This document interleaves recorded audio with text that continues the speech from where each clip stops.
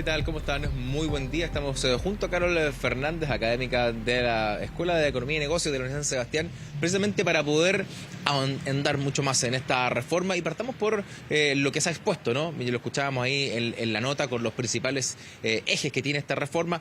A tu parecer, ¿qué aporta, digamos, esta reforma presentada por el Ejecutivo? Muy buenos días, Dani. Bueno, lo primero que me gustaría decir es que esta reforma está descontextualizada en dos sentidos.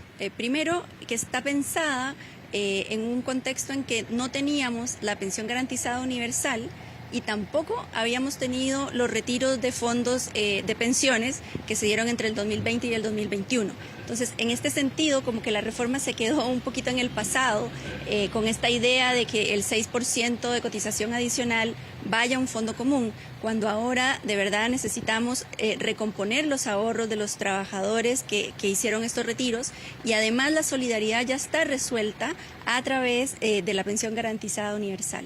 Vamos a algunos conceptos que entran en esta reforma, como por ejemplo el hecho de que esto sea mixto, ¿no? Que ya hay un pilar contributivo por parte en este caso, de los empleadores con este 6% adicional. ¿Qué cambios se establece ese punto en particular en la reforma? Sí, bueno, al incluir al empleador como un aportante al sistema de pensiones, Chile se alinea con la tendencia como internacional en que los sistemas son tripartitos, es decir, que colaboran el trabajador, el empleador y el Estado.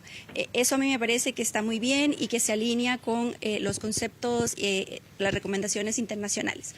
Ahora bien, el tema mixto, es importante aclarar que Chile ya tiene un sistema mixto, en el sentido de que tenemos un sistema de reparto que es no contributivo, y esto viene por medio de la PGU.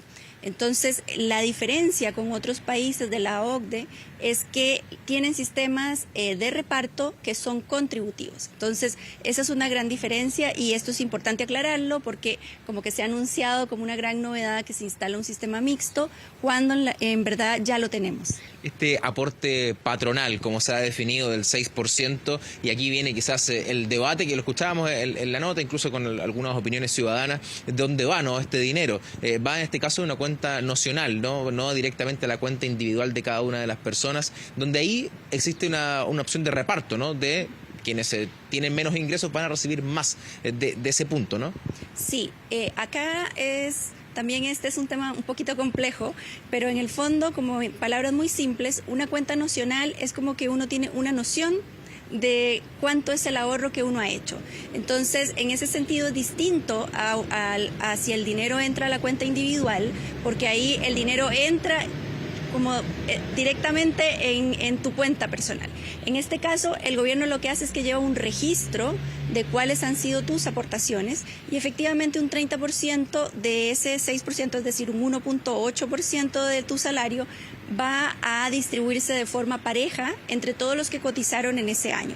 Ahora, ¿por qué es que es importante para el gobierno que este dinero entre a esta cuenta nacional y no a la cuenta individual? Porque como tú y yo no nos vamos a pensionar todavía, pueden hacer uso de nuestros dineros para pagar beneficios, subsidios, etcétera, a quienes ya están pensionados. Y por eso es que el gobierno ha sido muy insistente en esta idea de que si el 7% va a las cuentas individuales, los beneficios se van a recibir hasta en 40 años más, que es cuando se pensionen quienes entran a trabajar hoy día, mientras que si se va a las cuentas nacionales se pueden mejorar las pensiones de los actuales pensionados. Ahora, ahí, el problema radica en que tú y yo no vamos a tener certeza de que cuando nos jubilemos el gobierno cumpla con la promesa que nos está haciendo hoy día. Claro, ampliemos esta conversación al estudio. Ahí está Carla Zunino y también Gustavo Huerta con algunas consultas. ¿Qué tal, Carol? Muy buenos días. Gracias por esta entrevista. Hay una pregunta que mucha gente se ha hecho después de este anuncio, que es, bueno, pero ¿en cuánto va a subir mi pensión? No sé si eso hoy día se puede decir, si puede haber un promedio, una promesa de tasa de reemplazo, con cuánto de mi sueldo debiese ser al momento de jubilarme. Y si tú crees que esto va en la dirección correcta en el objetivo que tiene esta reforma de pensiones, que es justamente que las pensiones sean mejores, que se puedan rentabilizar de mejor manera los dineros que cada uno de nosotros aporta y ahorra. Sí, muchas gracias por la pregunta. Mira, la verdad es que el gobierno aún no ha transparentado esa información. De momento lo único que sabemos es cómo mejorarían las pensiones de los actuales pensionados, que ha dicho que se van a mejorar en un monto de 0,1 UF por año cotizado.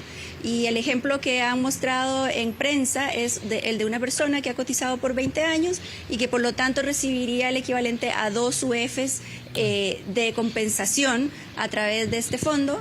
Y además, en el caso de las mujeres, de nuevo, las ya pensionadas, recibirían un aporte que lo que haría sería compensar, o sea, como recalcularle su pensión, asumiendo que es un hombre. Entonces, de manera que a igual ahorro, igual pensión. Esa es un poquito la idea. Y esos montos provendrían de este 6% que estamos cotizando los trabajadores activos. Lo que no ha transparentado el gobierno es cómo se va a convertir ese ahorro en pensión en 30, 40 años más, cuando los actuales cotizantes lleguen a jubilarse. Carol, ¿cómo se acopla este nuevo sistema presentado, ¿no? Esta propuesta de reforma previsional al actual mercado del trabajo?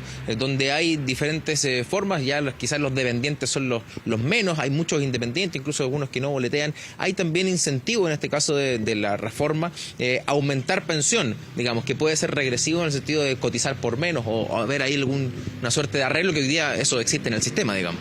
Sí, bueno, yo creo que la mejor reforma de pensiones que se puede hacer es mejorar la formalidad del empleo.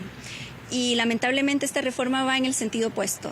El hacer que el 6% se vaya a una cuenta nocional, que en definitiva es un esquema de reparto con otro nombre, lo que genera es que haya precisamente un incentivo a la informalidad, es un impuesto al trabajo formal. Y como te decía al inicio, la solidaridad en Chile ya la tenemos resuelta por medio de la pensión garantizada universal, que se paga con impuestos generales, que lo pagamos solidariamente entre todos los chilenos, y no me parece justo que esta carga la tengan que asumir solamente los trabajadores formales. Gustavo, te escuchamos. Sí, exactamente. Quería preguntar a propósito, de esta propuesta del Ejecutivo, ¿no?, que incrementa la cotización a razón de un 1% cada año hasta llegar al régimen del 6%. Y algunos se preguntan cuál será el impacto en el mercado laboral. ¿Qué va a pasar con, por ejemplo, los precios? ¿Van a aumentar para asumir los costos? ¿Los empleadores? ¿Qué va a pasar con la inflación? Quería preguntar sobre eso. Sí, bueno, el contexto económico en el que, por eso también decía al inicio que la reforma está un poco descontextualizada, como que no se está haciendo cargo del escenario en el que estamos actualmente, y efectivamente estamos en un contexto económico muy complejo. El país ha dejado de crecer, estamos con una inflación de las más altas de los últimos 30 años, además está anunciada una reforma tributaria, entonces estamos generando muchas presiones sobre la economía. Si le agregamos este 1% que los empleadores van a tener que ir pagando año tras año, efectivamente se está generando una presión extra sobre el mercado laboral y posiblemente sobre la contratación. Entonces, muy posiblemente lo que veamos es que los salarios dejen de subir porque los empleadores posiblemente ajusten los sueldos, o sea, en vez de, como no se pueden bajar los salarios, lo que hacen es que los dejan de aumentar. Y posiblemente también veamos efectos sobre la cantidad de contrataciones que los empleadores hagan. Así que sí, yo creo que es un contexto un poco complejo como para ponerle más presión a la economía. Carol, gracias por acompañarnos esta mañana ahí con algunos detalles, ¿no?, de esta reforma previsional que comenzará su debate en el Parlamento. Se avisora una discusión bastante áspera y larga, pero con el objetivo, eso sí, de llegar a acuerdo, ¿no? Es la gracia de poder conversar esta reforma ahí y a ver si finalmente se logra una solución para los actuales y futuros pensionados de nuestro país. Muy bien, Dani Linares, muchas gracias por esa información, también a la entrevistada. Que esté muy bien, buena jornada.